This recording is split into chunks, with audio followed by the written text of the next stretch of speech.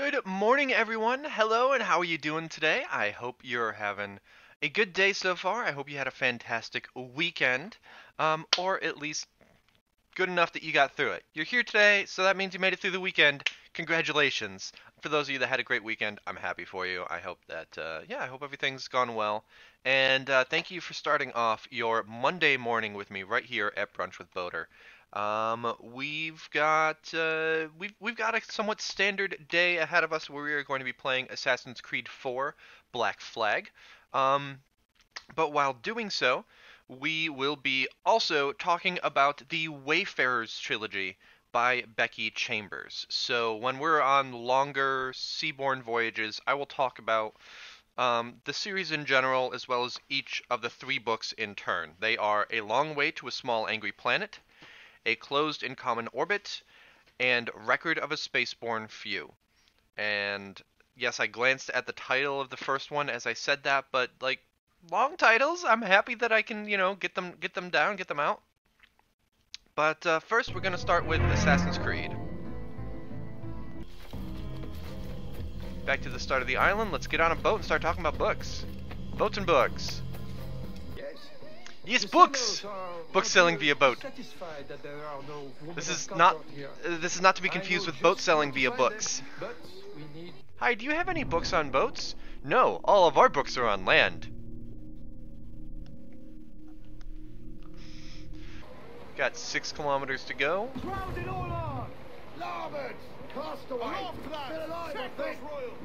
Okay, so I just finished reading the third book of Becky Chambers' Wayfarers Trilogy. It is... Shush. No songs right now. Talking books. The Wayfarers Trilogy is made up of 3 books. A Long Way to a Small Angry Planet, A Closed and Common Orbit, and Record of a Spaceborne Few. And I'm heading, this is not going to, hold on, this is not going to go well. I need to make sure that I'm not going to run into land. That looks interesting. There's a sci-fi series, kind of space opera, I would say. It's like, oh yeah, we've got fast and light travel and interstellar, civilizations and so forth. Just exists as a backdrop. And it does a few things differently from most other books of the genre that I've read. First off, it is incredibly optimistic. Everyone in all the books are trying to do right by themselves and everyone around them. There's not, assholes that are trying to sabotage others. There's not anyone who is mistakenly oh, well, this is what's really for the best for everybody is to totally D over the good guys. No, it's all will you get out of the way? Oh, you're in a battle. Okay, that explains some things.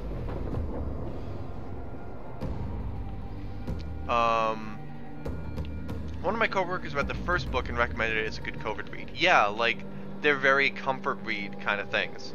So, Long Way to a Small Angry Planet I'll talk about first. And more than anything to me, it feels like reading a television season.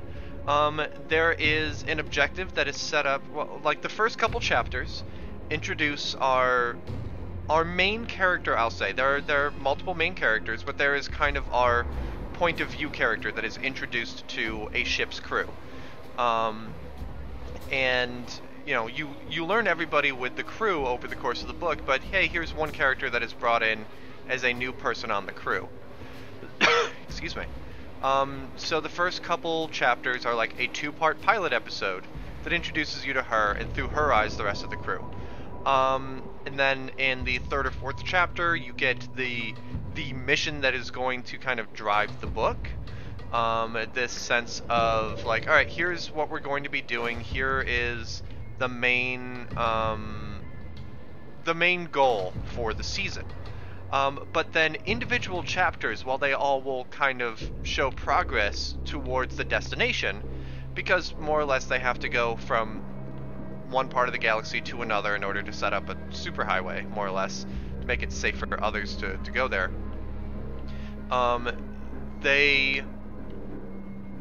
Words.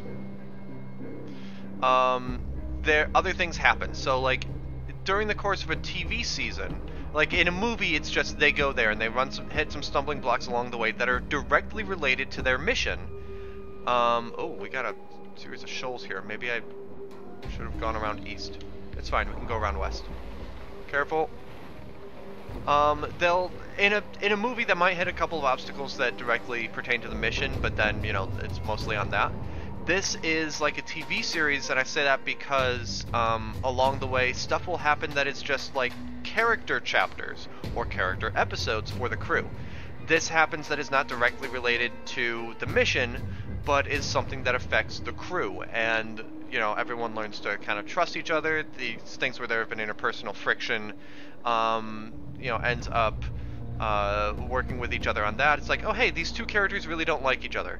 Well, naturally, there's the episode of the TV series where they have to work together. So I really enjoyed that.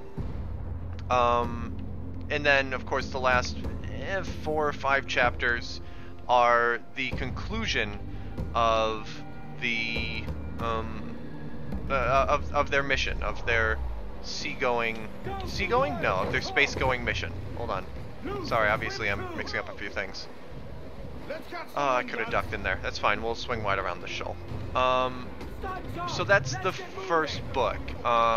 Is kind of, it's been compared to Firefly in some respects, and I definitely see that because it is this, it's 6 to 8 person crew of a spaceship, and it has a lot of that crew dynamic. Yes, please. We'll head on into Nassau. The next 2 books, though, are not direct sequels. And the next time that we hit C without a mission breathing down our necks, I will talk about A Closed and Common Orbit. So this is the new Libertad. Main mission, the forts. Okay, so Governor Torres had something going on. And we're just gonna go... I do think it's best if we go west around the island because there's a fortress. But hey, since we're going down basically to where we came from, that gives us a good chance to talk about A Closed and Common Orbit by Becky Chambers. So on the last sea voyage, we talked about a long way to a small angry planet. Quiet. Swing the camera to the other side there, please. And so this follows a crew that you get to know and love through the entire book, and it works really well. Now, I would say, unfortunately, A Closed and Common Orbit is not a direct sequel in the sense that you don't follow the same people. It is not a continuation of their story. Instead...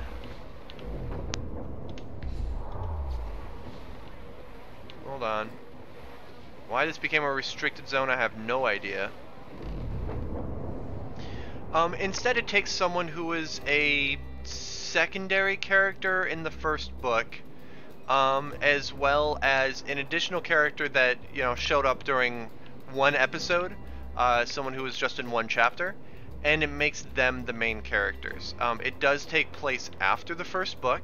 Events that happen in the first book do influence what happens, but it's not a sequel in the usual sense. It doesn't it doesn't continue the story from another perspective, which was what I was talking about with the Conquerors Trilogy. Also, wow, I am getting off track. Come on. South we go.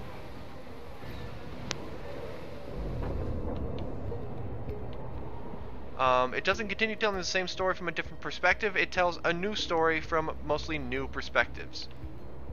And so it has an uphill battle to start climbing. But it does eventually work. Like there's a very healthy amount of like, why should I care about these people? But eventually you get through that, and it goes quite well. It deals with an AI who is trying to accept a different kind of body than they were designed for. They were designed to be... I'm trying not to spoil anything. I'm not trying not to spoil anything in the first book or the second book with this. But there's an AI who was meant to be a shipboard AI that then is put in the equivalent of like a human body. And it is illegal to have an AI in an android form. And the character also has to deal with dysphoria of the body not feeling like them. They will constantly refer to it as the body or the shell or whatever, and not my body. And so it does a really good job of being a trans allegory. So like that's a good read for Pride Week. Check it out. Anyway, Close and Common Orbit ends up being a trans allegory. There's a couple chapters in particular that really led to that. There isn't a single driving mission in this book. Long Way to a Small Angry Planet does kind of meander. It does its thing, but in the end there is a point A at the start and a point B at the end, and it's trying to get in between them. Close and Common Orbit doesn't do that. It merely drops our people into the middle of their environments, and then, well, they gotta figure it out from there. Hammerhead. I've only taken one of those so far. I want the other one. So yeah, Close and Common Orbit, very good. It's again, because there's not that point A to point B plot structure, it does throw you off quite a bit. But eventually you just kind of focus on, okay, well, we'll just kind of go with it and enjoy where they're going.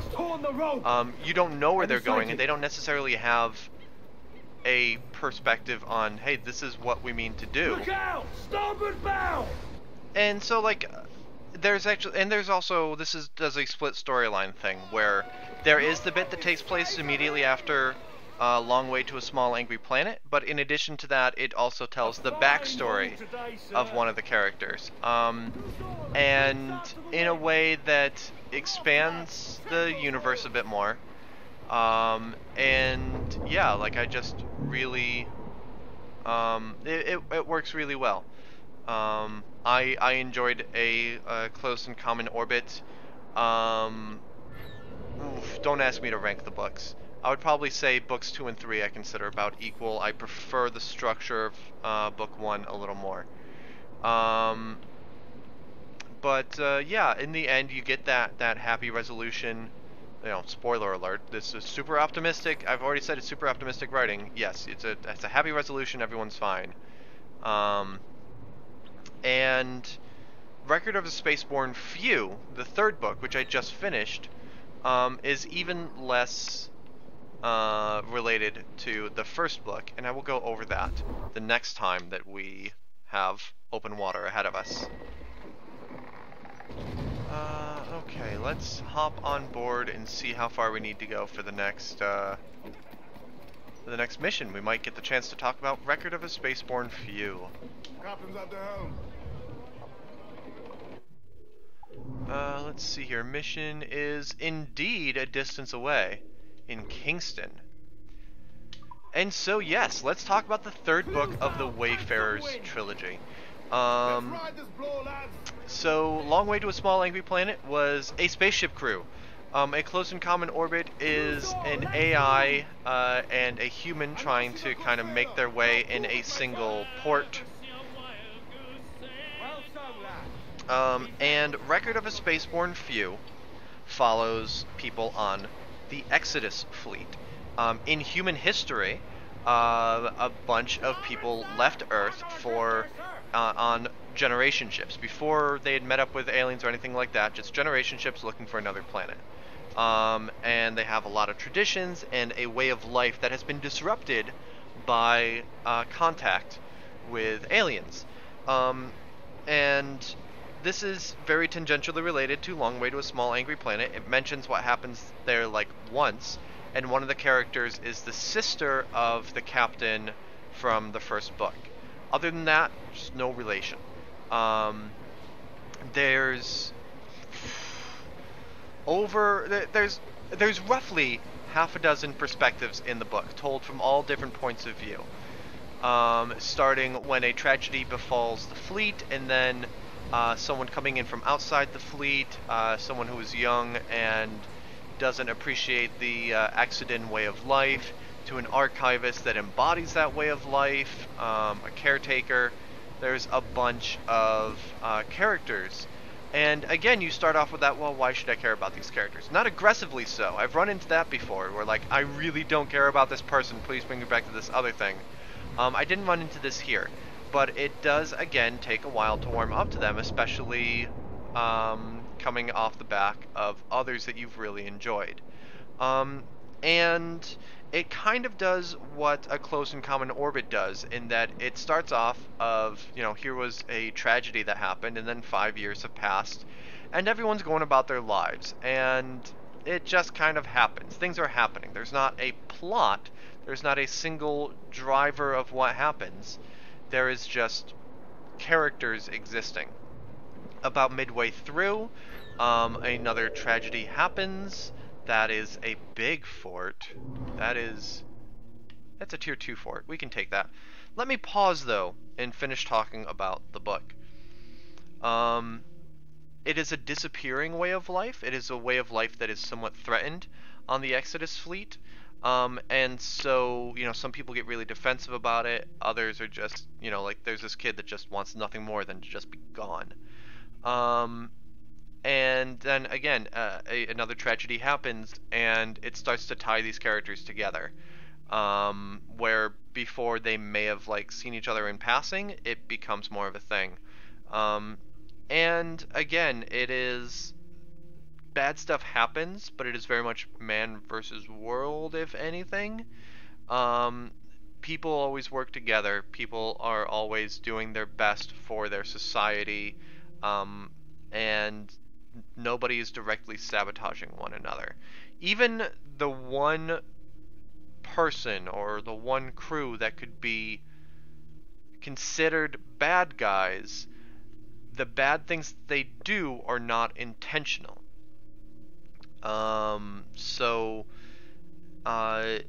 Again, it's all 3 books, Long Way to a Small Angry Planet, Close and Common Orbit, and Record of a Spaceborne Few, are really good, like, feel-good sci-fi reads, and I do absolutely recommend them to anybody that is looking for something to read, something sci-fi, and particularly, yeah, again, they feel good to read.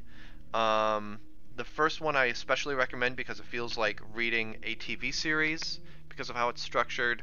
100%, I recommend these books by Becky Chambers. I believe at least one of these books won the Hugo, but I could be wrong. I know they've been nominated for a lot of things. I'm not positive about award wins right now. That will do it for today. I think we had a really good time today.